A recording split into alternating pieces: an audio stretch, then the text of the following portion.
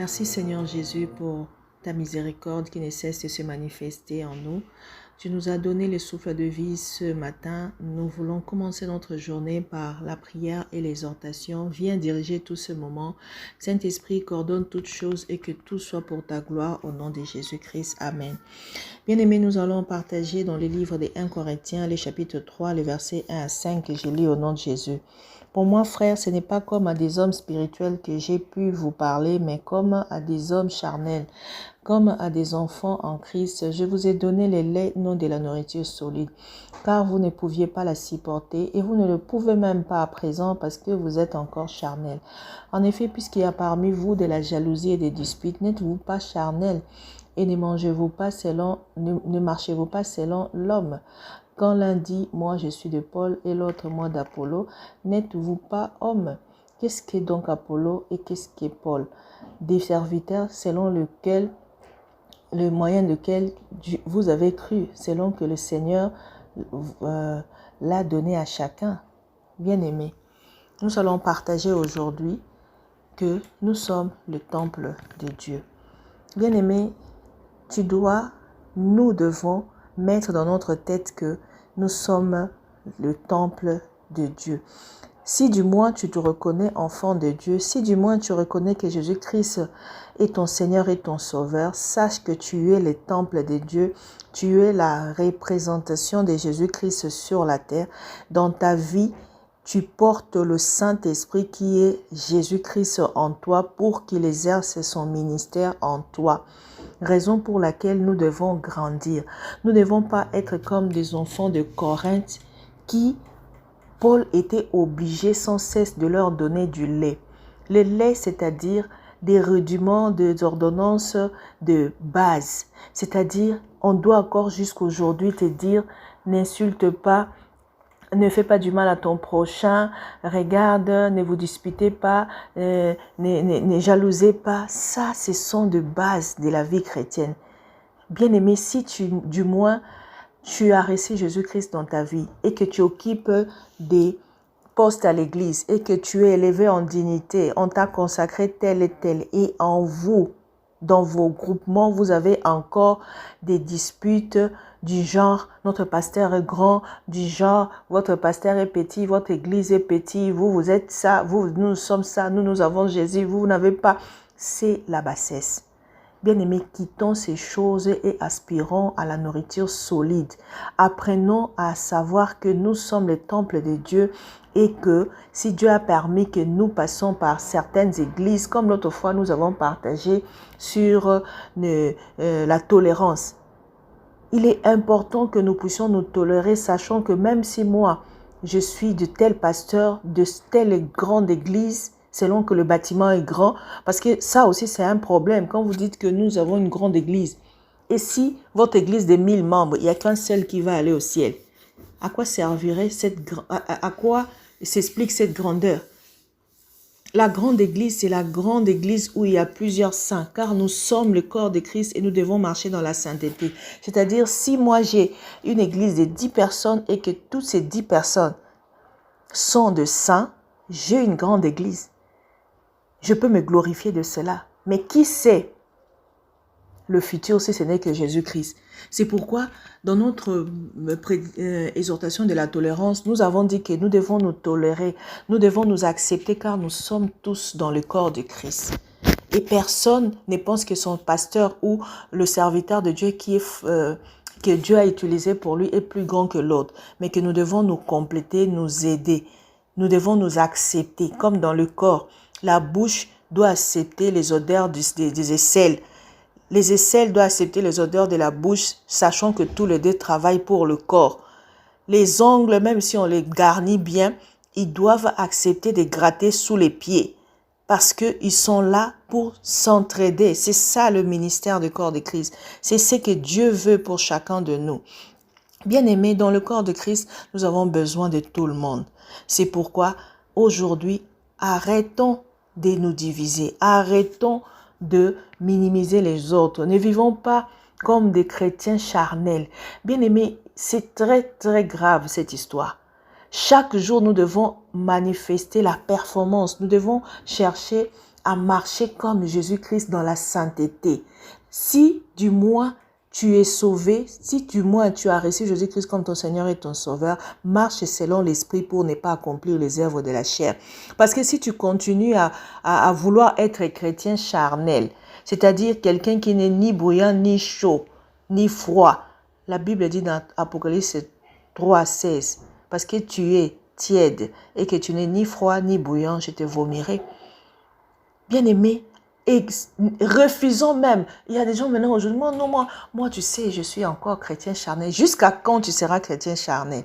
Jusqu'à quand tu ne grandiras pas? Jusqu'à quand le Seigneur ne pourra même pas te donner des missions? Et tu sais, les jours de ta fin du monde, c'est les jours de ta mort. Tu ne connais pas, parce que les autres te disent, bon, la fin du monde est loin. Mais peut-être toi, tu mourras demain. Si aujourd'hui, tu attends la voix de Dieu, change, réponds-toi. Revois ta façon de construire le temple de Dieu que tu es.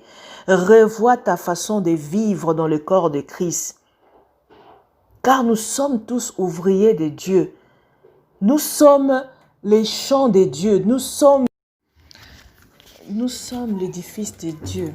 Bien-aimés, si lorsque nous étions dans la chair, les passions des péchés provoqués par la loi agissaient en nous, dans nos membres, en sorte que nous portions de fruits de la mort. Maintenant que nous sommes le temple de Dieu, nous devons apprendre à crucifier la chair avec ses passions et ses désirs. C'est pourquoi la Bible nous dit dans Colossiens 3,5, « Faites donc mourir les membres qui sont sur la terre, c'est-à-dire fais mourir l'impudicité, fais mourir l'impureté et toutes les passions mauvaises, la cupidité, qui est l'idolâtrie, afin que tu puisses être sauvé. » Et nous devons fuir les passions de la jeunesse. Nous devons fuir les passions mauvaises pour que nous puissions rechercher la justice, la foi, la charité, la paix. Sinon, personne ne verra Dieu. Parce que si tu te dis enfant de Dieu, il faut que tu sois pur, il faut que tu sois saint comme ton Père.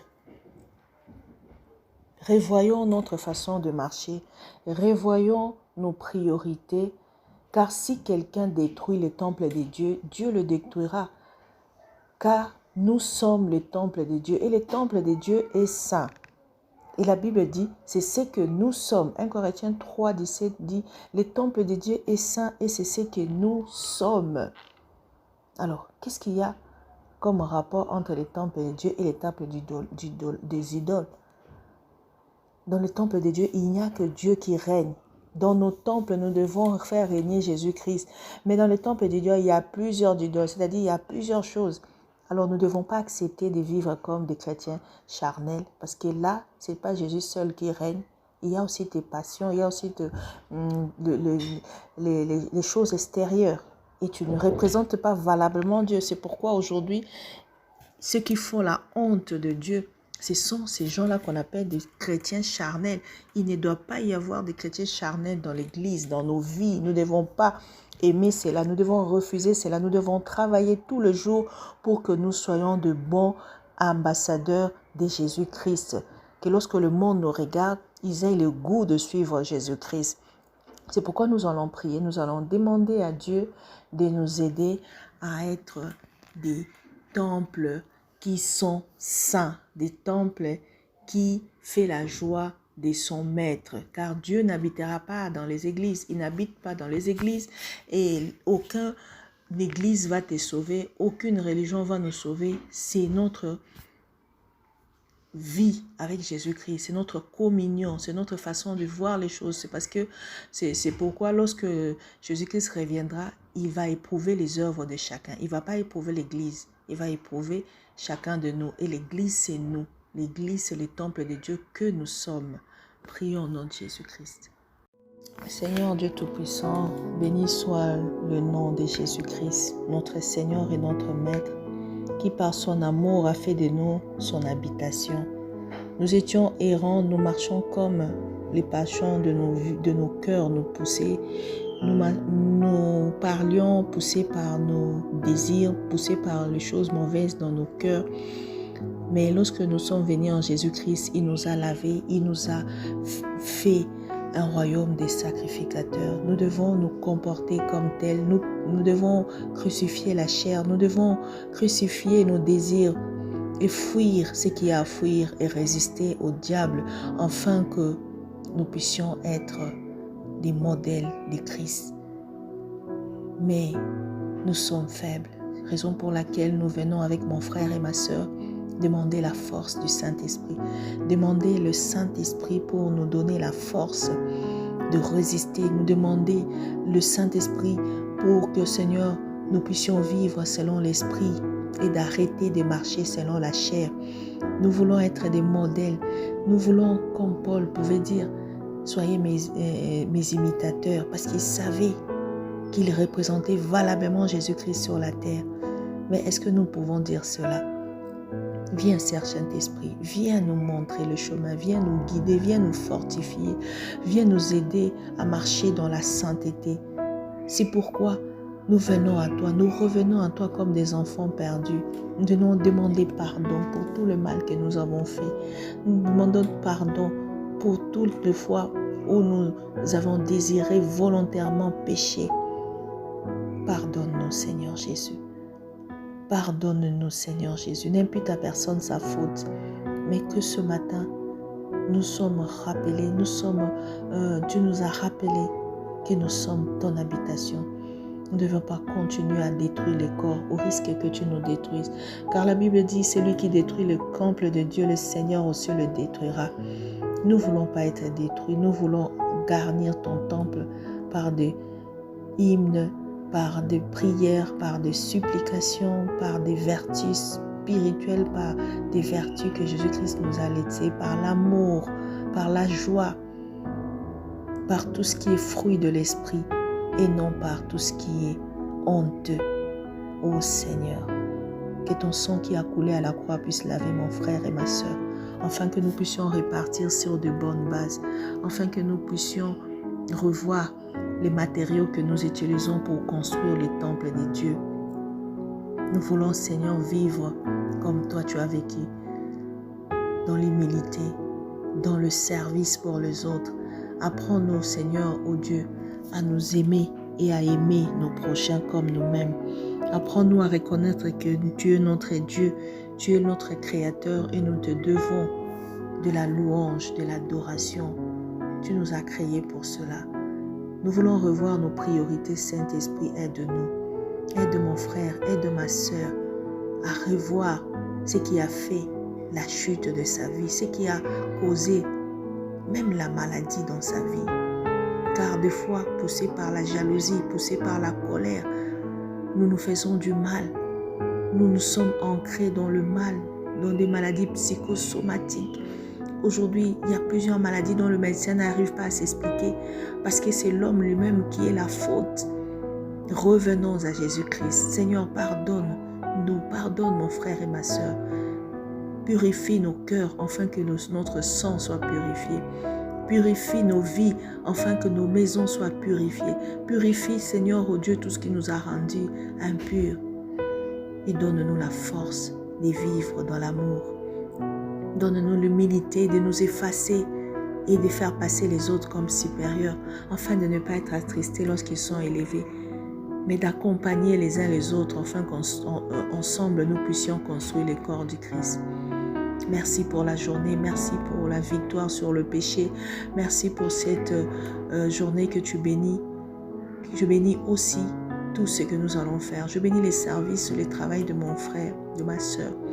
Je bénis tous les fouleurs à la pointe de leurs pieds et que tout soit sous nos pieds, que tout esprit confesse que Jésus-Christ est Seigneur et que tout homme puisse être au service de Dieu, car nous sommes créés pour vivre avec Dieu, non pas pour être loin de Dieu.